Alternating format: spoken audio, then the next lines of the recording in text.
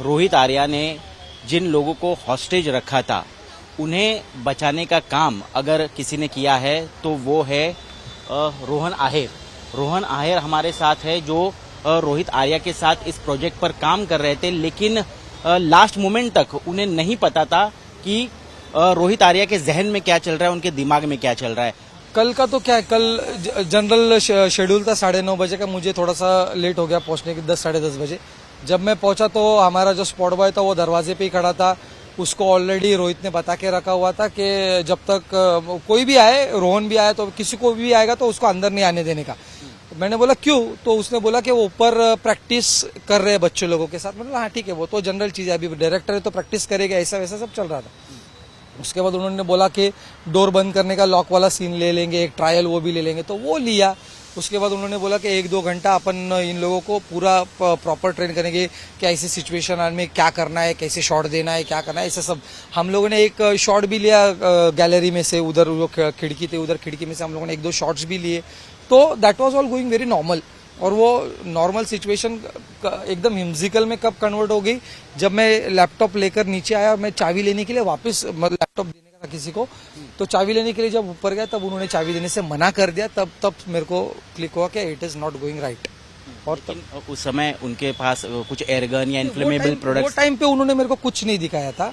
लेकिन जब मैं रिटर्न नीचे जा रहा था तो उन्होंने मेरे को दरवाजा बंद करने के लिए बोला था। तो मैंने बोला ये दरवाजा बंद मतलब सर नहीं होता, बोला पुश करके कर। ठीक है, बोला वो पुश करके करता हूँ। फिर उनका पेरेंट्स के साथ नीचे बात करना, तो उन्होंने माइक सेटअप करने के लिए बोला, वो भी कर दिया। और मैं मेरा जनरल जो काम है सीटी छुपाना है, मेरे को एक्चुअली बच्चों के साथ एक्टिविटी करना था कि सीटी छुपाना है, और वो छुप छुप के ढूंढ के निकालेंगे और मेरे पास लाके देंगे। तो हम बच्चों ने सब लोगों ने मिलकर वो सब एक्टिविटी कंप्लीट किया और मैं नीचे स्टूडियो में गया। और उसके बाद उन्होंने कुछ बच्चों को ऊपर बुलाया। तो एज यूजुअल डायरेक्टर है वो ऊपर बुलाते हैं नीचे बुलाते, वैसे चल रहा था। लेकिन आप 4-5 दिन से उनके साथ इस प्रोजेक्ट पर काम कर रहे थे, एक भी बार कभी शक नहीं आया, कभी ऐसा नहीं लगा कि यहाँ पर कुछ गलत हो रहा है? ऐसा कब ट्रिगर हुआ आपको, कब पता चला? वही ट्रिगर तब हुआ जब उसने मेरे को चाबी देने से मना कर दिया। तब तक मुझे कोई मतलब प्रॉब्लम ही नहीं था कि चलो ठीक है शूट चल रहा है या फिर प्रैक्टिस चल रहा है। लेकिन उन्होंने जब चाबी देने से मना कर दिया तब मैं नीचे आके दौड़ के आया। और हमारे रवि भाई करके है, उनको मैंने बोला भाई, बोला ये चाबी बीबी सब लेकर बैठा है तो कुछ तो लफड़ा हो सकता है, कुछ तो लफड़ा चल रहा है, उसके दिमाग में क्या चल रहा है। वो पागल के जैसा बिहेव करना स्टार्ट हो गया था थोड़ा सा। फिर वो रवि भाई ने तुरंत पुलिस स्टेशन गए, या फिर आगे क्या हुआ, उन्होंने बाहर क्या किया वो सब नहीं मालूम। लेकिन बताया जा रहा है कि इन्फ्लेमेबल कुछ प्रोडक्ट्स थे, पेट्रोल था, कुछ था। पेट्रोल कुछ नहीं था, दूसरा कुछ एक सोल्यूशन रहता है, वो सोल्यूशन लिक्विड उनके पास था। लेकिन सीसीटीवी और कई सारी चीजें मंगवाई थी आपसे, आपने भी उसमें कुछ मदद की थी? सीसीटीवी का ये तो जनरल चीज है। हम लोग जब भी बच्चों का शूटिंग करते, कहीं पे भी करते, कुछ भी करते, तो हम लोग हमारा बेसिक सिक्योरिटी लगते ही है। उधर भी उनका कंपनी का भी कैमरास था, लेकिन हमको एडिशनल एक्सेस चाहिए था। कुछ जो कोने कोने वाली जगह है जहाँ पे अपने को मालूम नहीं रहता, तो वहाँ पे उन लोगों ने बोल के हमको बताया था कि हमको जो सिक्योरिटी वाला जो रहता है उसी में देखना है, तो वही शॉट लेना है। इसी के वजह से सिक्योरिटी कैमरा एडिशनल उन्होंने इंस्टॉल करने का ये रीजन बता के हमसे इंस्टॉल करवा लिया था। जब आपको पता चला तब आखिरी पड़ाव तक आते हैं कि आपने कैसे रिएक्ट किया, क्योंकि उसमें बचाने की अहम भूमिका आपने निभाई है। किस तरह से आपने पुलिस से संपर्क किया, उन्हें समझाने की कोशिश की, कितने देर तक ये सब चला रहा?